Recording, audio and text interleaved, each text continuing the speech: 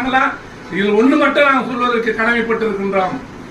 கை காசு செலவு பண்ணி இருக்கின்ற தொண்டர்களும் கழக முன்னணியினரும் கழகத்தில் தொடர்ந்து நீடிக்கின்றார்கள்.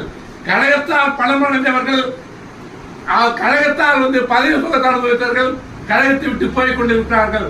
மறுமலர்ச்சி திமுகவில் களை எடுக்கப்படுகிறது, தூய்மையாக்கப்படுகிறது என்பதை இந்த நேரத்தில் கூறிக்கொண்டு, அண்ணன் எல்லா வளமும் பெற்று பல்லாண்டு தலைவர் வைகோ வழியிலும் அண்ணன் துரைக்கு வைகோ வழியிலும் இங்கே செயலாற்றி இவர் ஒரு உன்னத இடத்திற்கு, காலையில் கூட நான் அவர் வாழ்த்தும் போது அதான் சொன்னேன். ஆனா காஞ்சி மாநகரில் ஒரு உன்னதமான இடத்திற்கு உங்களை கழகம் எடுத்து செல்லும்.